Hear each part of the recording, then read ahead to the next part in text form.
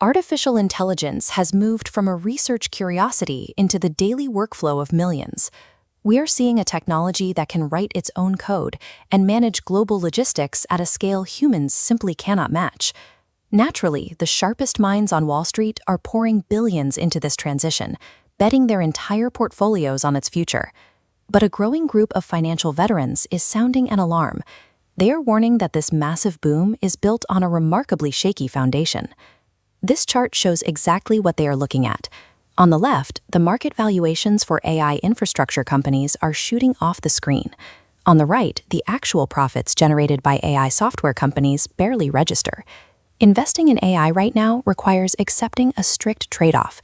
You are chasing immediate momentum while taking on severe structural risk.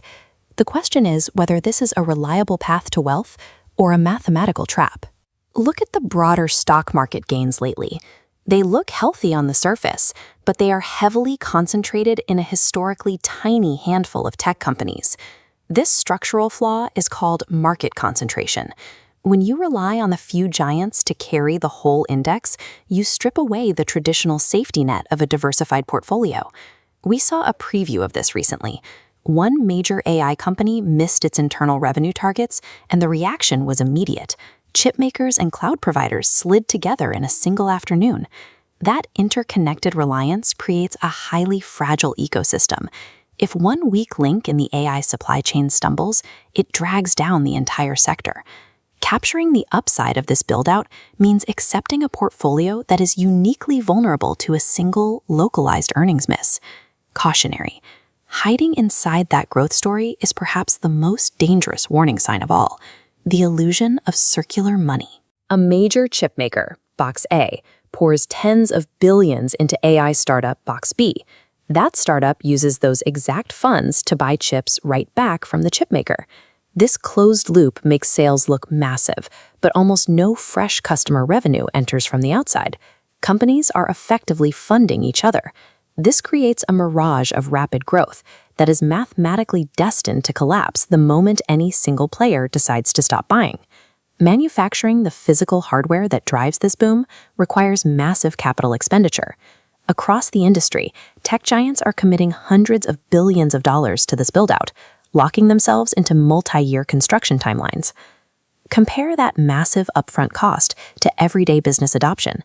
While the tools are genuinely useful, companies are struggling to turn that utility into measurable profit. There is a simple financial reality at play here. When spending races ahead of actual income for years on end, something eventually breaks. These heavy debts require immediate, widespread consumer adoption to pay off. If the returns keep lagging behind the spending, Wall Street's patience will run out long before the gap closes. Hosting these digital models requires an immense physical footprint. Behind every prompt is a massive facility filled with thousands of server racks.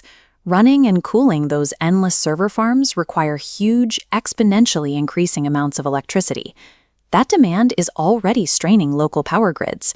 In many places, communities and local governments are actively pushing back against the heavy land and water usage required for new data centers.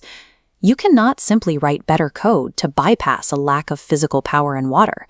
When an infinite digital build-out collides with finite real-world resources, the technology hits a hard ceiling, and a hard ceiling halts market growth. Fueling this entire physical and digital expansion is an enormous pile of corporate debt and cheap borrowing. Financial analysts are well aware of this. They are actively hunting for cracks in the bond markets and credit lines of these major players. If lenders start to doubt the payoff and easy borrowing dries up, the entire ecosystem freezes. Massive capital projects stall almost instantly. We have seen the shape of these unwindings before. Confidence cracks over a missed target or a scary headline. Then a panic sets in, where the most overstretched stocks plummet, dragging steady companies down with them. Timing a crash exactly is impossible, but a system built entirely on borrowed money and the promise of infinite growth is inherently unstable. To understand where this might lead, we have to look at the late 1990s dot-com bubble. The core truth of that era is that the internet was a genuine revolution that completely reshaped the global economy, but the financial bubble surrounding it still popped. We have to separate the two concepts. A crash in stock prices does not equal a failure of the underlying technology. What follows a pop is a painful shakeout phase. The weakest, overhyped companies get wiped out, which clears the way for the strongest, most capable players to survive and dominate. Artificial intelligence is a highly capable technology with real potential. It is also currently priced far beyond what the math supports today. Those two realities can exist at exactly the same time. This chart maps out exactly what that means for your portfolio. If you are a short-term speculator, heavily exposed to hyped-up software startups, you are positioned for a total wipeout when a correction hits.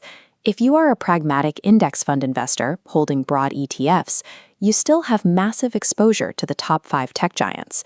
That guarantees a highly volatile and painful ride during a crash, even if it eventually recovers. This equation on the screen is your best defense. Stop tracking the technology's promises and start tracking the actual cash flow.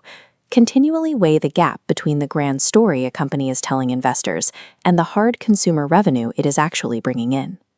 Because if this entire boom relies on a small circle of companies paying each other with borrowed funds, you have to ask yourself, what happens to the whole system the moment one of them decides to stop dancing?